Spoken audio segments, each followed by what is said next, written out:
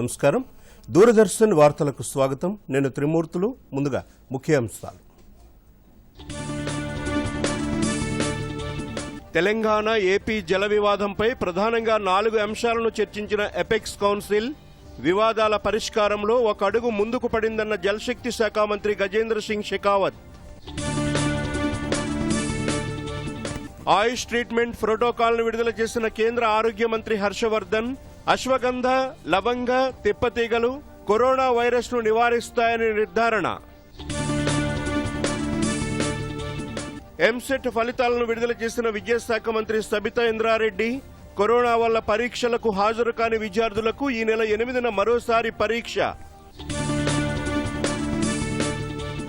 భౌతిక శాస్త్రంలో 3కి నోబెల్ బహుమతి ప్రకటన. కృష్ణబిలంపై పరిశోధనకు గాను పురస్కారానికి ఎంపిక. దేశంలో 2 వారాలుగా తగ్గుముఖం పడుతున్న కరోనా కేసులు గణనీయంగా పెరుగుతూ 84.70% పెరిగిన రికవరీ రేటు. తెలుగు రాష్ట్రాల జల వివాదాల పరిష్కారానికి అడుగు ముందుకు పడినట్లు కేంద్ర జలశక్తి శాఖ మంత్రి గజేంద్ర సింగ్ షెకావత్ అన్నారు. 2 రాష్ట్రాల జల వివాదంపై చర్చించేందుకు ఎపెక్స్ కౌన్సిల్ సమావేశమైంది. గజేంద్ర సింగ్ షెకావత్ అధ్యక్షతన జరిగిన సమావేశంలో AP CM Jaganmohan Reddy, Telangana CM కేసీఆర్తో పాటు కృష్ణా గోదావరి యాజమాన్య బోర్డు చైర్మన్లు, ఇతర ఉన్నతాధికారులు పాల్గొన్నారు. సమావేశం అనంతరం భేటీలో చర్చించిన అంశాలను మంత్రి షెకావత్ వెల్లడించారు. 2 రాష్ట్రాలు లేవనెత్తిన అంశాలపై సమావేశంలో చర్చించినట్లు చెప్పారు. సమావేశం ఫలవంతంగా జరిగిందని, ప్రధానంగా 4 అంశాలపై చర్చించినట్లు వివరించారు. ఎపెక్స్ కౌన్సిల్ భేటీలో ఇరు రాష్ట్రాల ముఖ్యమంత్రులు తమ వాదనలు వినిపించారు. ఆయా రాష్ట్రాల్లో కొత్త ప్రాజెక్టుల డీపీఆర్లను అందించాలని 2 సీఎంలను కోరగా దానికి వారు అంగీకారం తెలిపారు. కృష్ణా బోర్డు కార్యాలయాన్ని విజయవాడకు తరలించేందుకు సమావేశంలో అంగీకారం కుదిరింది. కృష్ణా గోదావరి బోర్డుల పరిధిపై నిర్ణయాధికారం కేంద్రానిదేనని, దాన్ని కేంద్రం త్వరలోనే నిర్ణయిస్తుందని ఎపెక్స్ కౌన్సిల్ తెలిపింది. అవసరమైతే నదీ జలాలపై సుప్రీంకోర్టులోని కేసును వెనక్కి తీసుకుంటామని కేంద్ర మంత్రి షెకావత్ చెప్పారు. నాగార్జున సాగర్, శ్రీశైలం ప్రాజెక్టుల నిర్వహణపై చట్ట ప్రకారమే ముందుకు వెళతామని, పోలవరం ప్రాజెక్టును వేగంగా పూర్తి చేయాలన్నదే కేంద్ర ప్రభుత్వ లక్ష్యమని అన్నారు.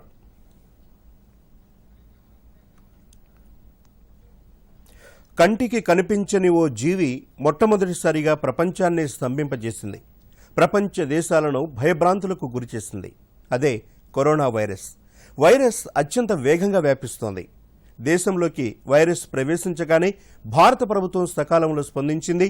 ముందు జాగ్రత్తగా లాక్డౌన్ విధించి ప్రజలను ఇళ్లకే పరిమితం చేసింది. ఓ పక్క వైరస్ గురించి పరిశోధనలు చేస్తూనే మరోవైపు వైరస్ వ్యాప్తి నియంత్రణకు సరైన చర్యలు చేపట్టింది.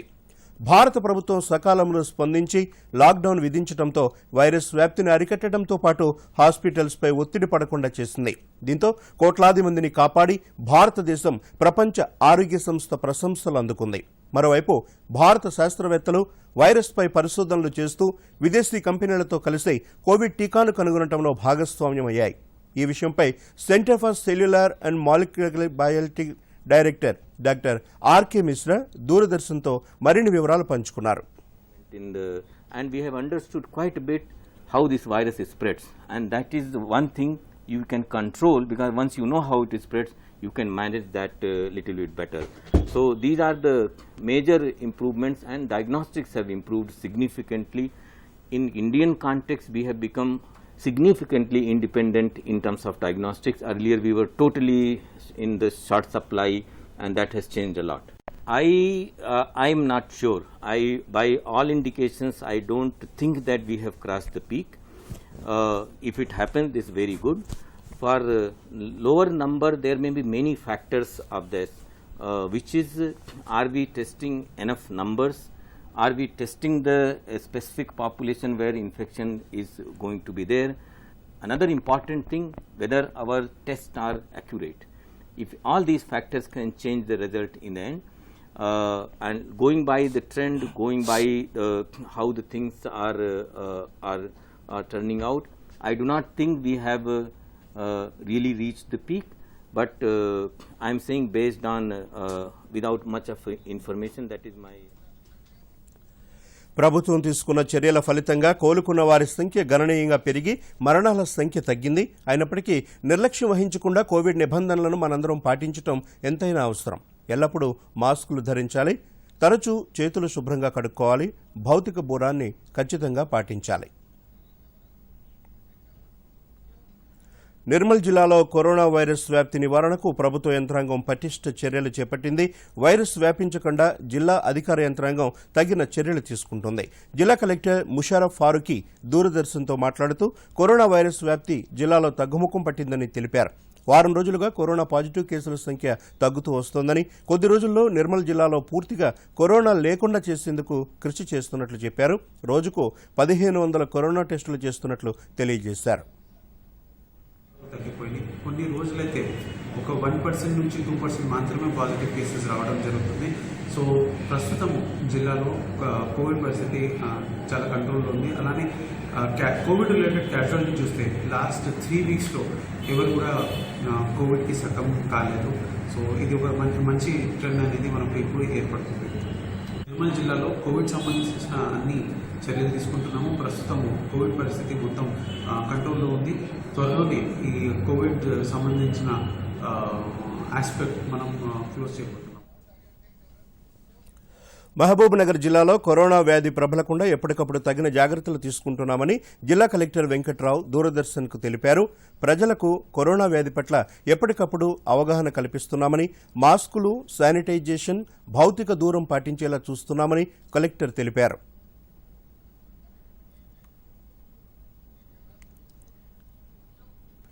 ఎంసెట్ 2020 పరీక్షా ఫలితాలను రాష్ట్ర విద్యాశాఖ మంత్రి సబితా ఇంద్రారెడ్డి విడుదల చేశారు. హైదరాబాద్లోని జవహర్లాల్ నెహ్రూ టెక్నికల్ యూనివర్సిటీలో మంత్రి ఫలితాలను విడుదల చేశారు. ఎంసెట్ ఇంజనీరింగ్లో 75.29% ఉత్తీర్ణత సాధించినట్లు మంత్రి తెలియజేశారు. పరీక్షకు మొత్తం 119,183 మంది విద్యార్థులు హాజరు కాగా వారిలో 89,734 మంది అర్హత సాధించారు.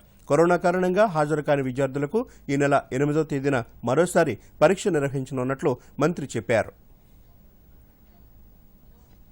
కరోనా వైరస్పై పోరాడేందుకు అవలంబించాల్సిన ఆయుష్ ప్రామాణిక చికిత్సా విధానం ప్రోటోకాల్ను కేంద్ర ఆరోగ్య శాఖ మంత్రి డాక్టర్ హర్షవర్ధన్ విడుదల చేశారు.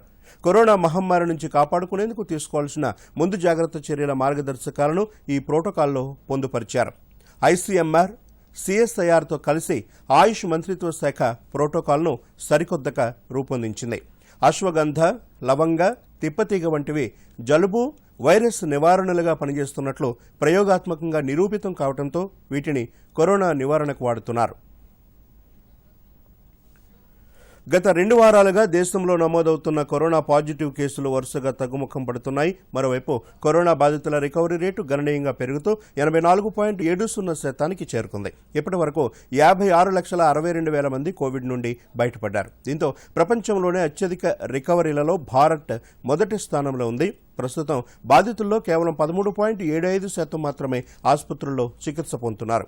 యాక్టివ్ కేసుల కన్నా రికవరీ అయిన కేసులు 6 రెట్లకు పైగా ఉన్నాయని కేంద్ర వైద్య ఆరోగ్య శాఖ తెలియజేసింది. ఇదిలా ఉండగా రాష్ట్రంలో తాజాగా 1983 పాజిటివ్ కేసులు నమోదయ్యాయి. దీంతో మొత్తం బాధితుల సంఖ్య 2 లక్షలు దాటింది. ఇప్పటి వరకు 174,769 మంది కోవిడ్ నుండి కోలుకున్నట్లు రాష్ట్ర వైద్య ఆరోగ్య శాఖ తెలియజేసింది. జీహెచ్ఎంసీలో అత్యధికంగా 292 మందికి కోవిడ్ సోకినట్లు అధికారులు తెలిపారు. ప్రపంచ మహమ్మారి కరోనా వైరస్ నుంచి సురక్షితంగా ఉండేందుకు మాస్క్ తప్పనిసరిగా ధరించాలని నిపుణులు చెబుతున్నారు. మరిన్ని వివరాలు చూద్దాం. కోవిడ్-19 మహమ్మారి తన ఉధృతంతో ప్రపంచాన్నంతటినీ తన విషపూరిత కోరల్లో పట్టి బంధించింది. వ్యాధి సోకిన వారి సంఖ్య రోజురోజుకి పెరుగుతూనే ఉంది. టీకా లేదా మందు దొరికేదాకా ఈ మహమ్మారిపై మానవాళి పోరు కొనసాగుతూనే ఉంటుంది. ఇలాంటి పరిస్థితుల్లో అన్నింటికన్నా అత్యవసరం జాగరూకతతో పాటు స్వరక్షణ. అత్యంత ప్రభావవంతమైనది ఫేస్ మాస్క్ అని రుజువైంది. ప్రపంచ ఆరోగ్య సంస్థ, పరిశోధనా సంస్థల అధ్యయనాలు చెప్పేది ఇదే. మాస్కును సరిగ్గా వేసుకుని ముక్కుని, నోటిని కప్పుకోగలిగితే కరోనా వ్యాప్తిని అడ్డుకోవచ్చు. కరోనా వ్యాప్తిని నిరోధించడానికి మాస్క్ వేసుకోవడంతో పాటు దానిని సరైన పద్ధతిలో ధరించడం చాలా ముఖ్యం. చాలా మంది మాస్కుతో ముక్కును, నోటిని సరిగ్గా కప్పుకోరు. దీనివల్ల ప్రమాదం పొంచే ఉంటుంది. बिना मास्क या फेस कवर के घर से बाहर निकलने की अभी कल्पना करना भी सही नहीं है। ये जितना खुद उस व्यक्ति के लिए खतरनाक है, उतना ही उसके आसपास के लोगों के लिए भी। డీడీ న్యూస్ ఉద్యమం మాస్క్ అప్ ఇండియాతో చేతులు కలపండి. మాస్క్ ధరించండి. నోటిని ముక్కును కాపాడుకోండి. మీ కుటుంబ సభ్యులను మిత్రులను మాస్క్ ధరించమని చెప్పండి. Mask up India. DD news మాధ్యమం ద్వారా అందరికీ చెప్పండి. కరోనాని ఓడించాలి. మాస్కును తప్పక ధరించాలి. Mask up India. Mask up India. Mask up India.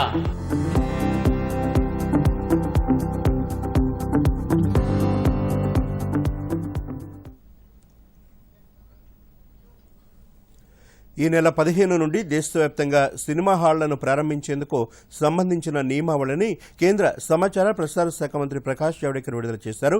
ఢిల్లీలో జరిగిన సమావేశంలో మీడియా ప్రతినిధులతో మాట్లాడుతూ గతంలో హోంశాఖ విడుదల చేసిన మార్గదర్శకాలను అనుసరించి టికెట్ల అమ్మకానికి సంబంధించి సినిమా హాలు పూర్తి సామర్థ్యంలో 50% వరకు జరుపుకోవచ్చునని తెలియజేశారు. కోవిడ్ వైరస్ దృష్ట్యా భౌతిక దూరం పాటించటం, మాస్క్ నిబంధనలను తప్పనిసరిగా పాటించాలన్నారు. సీట్ల మధ్య ఖాళీని ఉంచాలని అన్నారు. బీఎస్ నిబంధనల అమలు గడువు నుంచి ట్రాక్టర్లకు మినహాయింపును ఇస్తూ కేంద్ర ప్రభుత్వం నోటిఫికేషన్ జారీ చేసింది. ఈ మేరకు కన్స్ట్రక్షన్ ఎక్విప్మెంట్ వెహికల్స్ కు కొత్త ఉద్గార ప్రమాణాల గడువును ఏప్రిల్ 2021 వరకు, ట్రాక్టర్లకు 2021 అక్టోబర్ వరకు పొడిగించింది. కేంద్ర రోడ్డు రవాణా, జాతీయ రహదారుల మంత్రిత్వ శాఖ ఈ మేరకు ఒక నోటిఫికేషన్ను జారీ చేసింది. దీంతో ట్రాక్టర్లు, ఇతర కన్స్ట్రక్షన్ ఎక్విప్మెంట్ వెహికల్స్ తయారు చేసే కంపెనీలకు భారీ ఊరట కలగనుంది. కాగా కేంద్ర ప్రభుత్వం 2 వీలర్లు, 4 వీలర్లకు సంబంధించి BS6 ఉద్గారాల ప్రమాణాలను ఈ ఏడాది ఏప్రిల్ 1 నుంచి అమల్లోకి తీసుకొచ్చింది. అయితే ఇప్పుడు ట్రాక్టర్లు, ఇతర కన్స్ట్రక్షన్ ఎక్విప్మెంట్ వెహికల్స్ కు పాత రూల్స్ మాత్రమే వర్తిస్తాయి. హత్రాస్ ఘటన అత్యంత భయంకరమని సుప్రీంకోర్టు వ్యాఖ్యానించింది. ఈ కేసులోని సాక్షులను రక్షించేందుకు ఎలాంటి చర్యలు తీసుకుంటున్నారో చెప్పాలని ఉత్తరప్రదేశ్ ప్రభుత్వాన్ని ఆదేశించింది. ఈ ఘటనకు సంబంధించి ఈ నెల 8లోగా అఫిడవిట్ దాఖలు చేయాలని యూపీ ప్రభుత్వాన్ని అత్యున్నత న్యాయస్థానం ఆదేశించింది. బాధితురాలి కుటుంబం న్యాయవాదిని ఏర్పాటు చేసుకుందో లేదో కూడా తెలపాలని పేర్కొంది. హత్రాస్ ఘటనపై రాజకీయ దురుద్దేశంతోనే పెద్ద ఎత్తున తప్పుడు ప్రచారం జరుగుతోందని ఆరోపిస్తూ యూపీ ప్రభుత్వం సిబిఐ విచారణకు ఆదేశించింది. హైదరాబాద్లోని నెహ్రూ జంతు ప్రదర్శనశాలలో తిరిగి సందడి నెలకొంది. 6 నెలలుగా మూతపడ్డ జూను తిరిగి తెరవడంతో జంతువులను చూడడానికి నగరం నుంచే కాకుండా ఇతర ప్రాంతాల నుంచి సందర్శకులు వస్తున్నారు. అనంతరం హైదరాబాద్లోని నెహ్రూ జువలాజికల్ పార్క్ తిరిగి ప్రారంభమైంది. కోవిడ్ వైరస్ వ్యాప్తి కారణంగా లాక్డౌన్ విధించడంతో మార్చి 15 నుండి జూను మూసివేశారు. ఆ తర్వాత కేంద్ర ప్రభుత్వం అన్లాక్ 5 ప్రకటించడంతో నెహ్రూ జంతు ప్రదర్శనశాలను తిరిగి ప్రారంభించారు. 6 నెలల తర్వాత జూను ప్రారంభించడంతో సందర్శకుల తాకిడి మొదలైంది.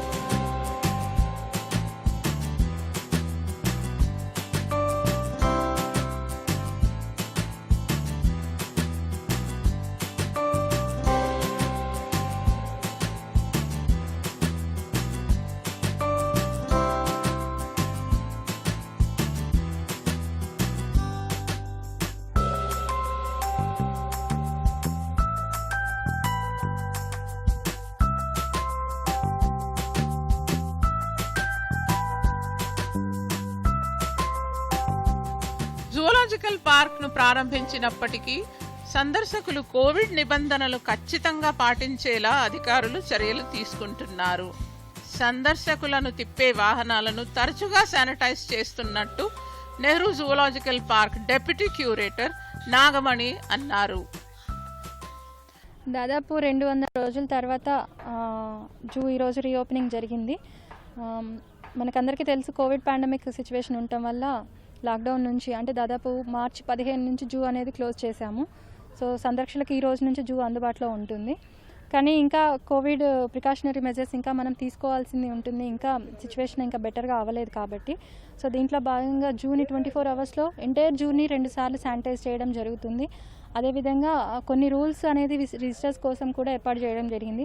సాధారణంగా మనం పబ్లిక్ ప్లేసుల్లో ఏ రూల్స్ అయితే పాటిస్తామో అంటే మాస్క్ పెట్టుకోవడం అనేది కంపల్సరీ. మాస్క్ లేకుండా జూలోకి ఎంట్రీ అయితే ఉండదు విజిటర్స్కి.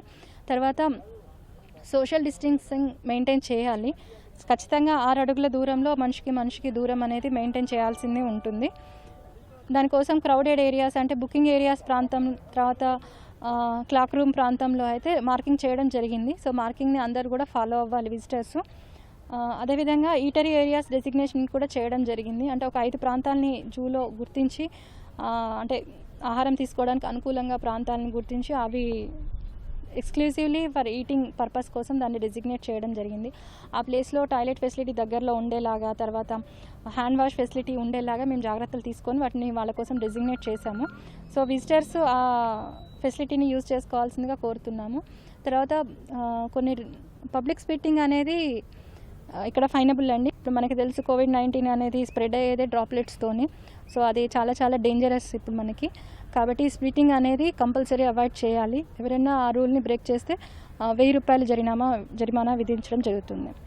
Bureau report, Doordarshan news, Hyderabad.